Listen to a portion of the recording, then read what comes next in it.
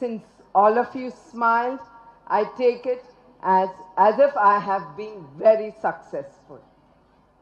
In conclusion, let me remind you that the light of the stars that do not exist still reaches us, will continue to reach us.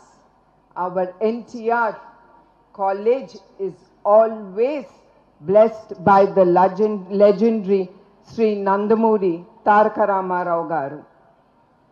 I would like to end the speech with always be graceful, be useful, keep life simple, leave it pleasant, live a life with dignity.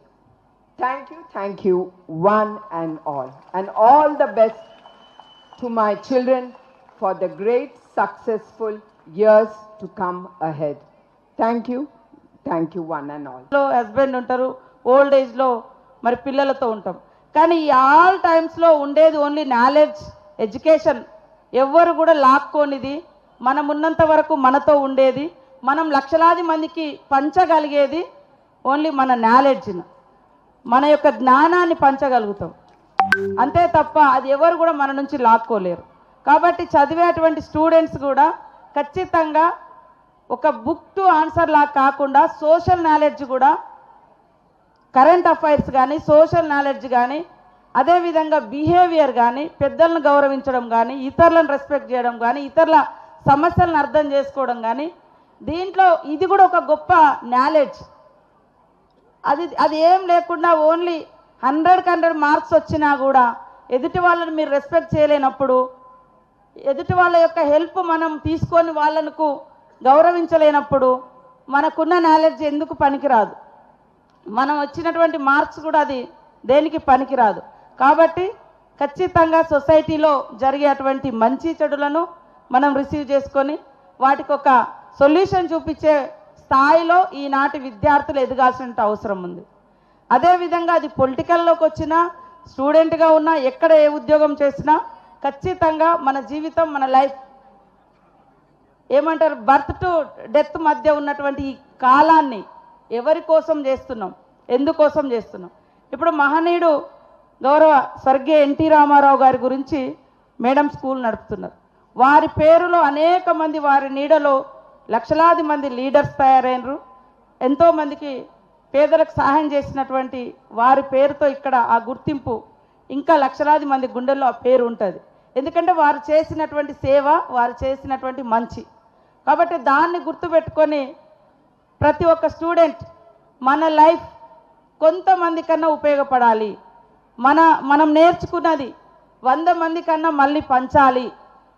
అందుకనే నేను అనుకుంటా, నేను చిన్నతనంలో విప్లవకారులాగా అవుతానని నేను అనుకోలేదు, కానీ అక్కడికి వెళ్ళిన తర్వాత మళ్ళీ అక్కడి నుంచి నేను స్టూడెంట్ అవుతాను కూడా అనుకోలేదు. స్టూడెంట్ నుంచి నేను లాయర్గా అవుతానని అనుకోలేదు, లాయర్గా ఉన్నప్పుడు పాలిటిక్స్లోకి వస్తా అనుకోలేదు, పాలిటిక్స్లో ఉన్నప్పుడు మరి ఎమ్మెల్యేగా అవుతాను అనుకోలేదు, ఎమ్మెల్యేగా ఉంటూ కూడా పిహెచ్డి చేస్తానని అనుకోలేదు. కానీ పిహెచ్డి కంప్లీట్ అయిన తర్వాత నేను ఒకటే అనుకున్నా, నేను నేర్చుకున్న ప్రతిదీ కూడా తిరిగి ప్రజలకు ఇవ్వాలి, ప్రజలకు పంచాలి, లైఫ్ లాంగ్ ఒక సేవకురాలిగా పనిచేయాలి అని. పని చేయడమే నా అంతిమ లక్ష్యంగా, ప్రజలకు అందుబాటులో ఉండి వీలైనంత వరకు సర్వీస్ చేయడమే లక్ష్యంగా పనిచేస్తున్నాను. ఇప్పుడు కూడా still now I'm student, LLM స్టూడెంట్గా ఉస్మానియా యూనివర్సిటీలో నేను ఎల్ఎల్ఎం స్టూడెంట్గా ఉన్నా ఇప్పుడు కూడా. సో స్టడీస్ అనేది కానీ, నాలెడ్జ్ అనేది కానీ, సర్వీస్ అనేది కానీ ఎండ్లెస్. అది ఇంతటితో ఆపుదాము అనడానికి లేదు, అది లిమిటేషన్ లేదు. కాబట్టి మన శక్తి కొద్దీ మనకెంత వీలైతే అంత మనం పోయేటప్పుడు ఏది రాదు మనతోటి. మనం జస్ట్ చేసినటువంటి సేవ, పంచినటువంటి జ్ఞానము, విజ్ఞానము, ఇవి మాత్రమే మిగులుతాయి.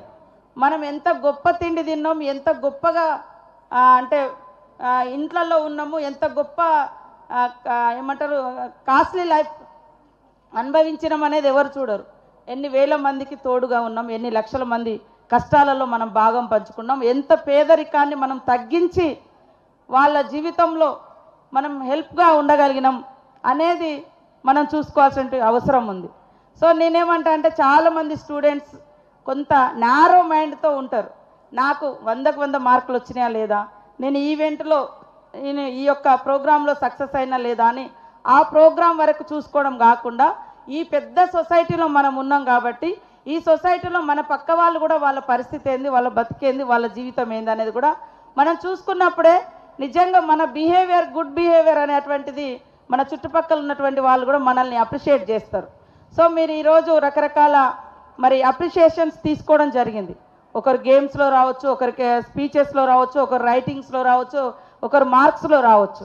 కానీ అన్నీ కూడా మనలో క్వాలిటీస్ ఉండే విధంగా అది కూడా సమాజంతో సమాజ అభివృద్ధిలో భాగస్వామ్యం అయ్యే విధమైనటువంటి క్వాలిటీస్ ఉండే విధంగా టీచర్స్ ఆ రకమైనటువంటి టీచింగ్ కూడా ఉంటే బాగుంటుందని నేను భావిస్తూ ఉన్నాను.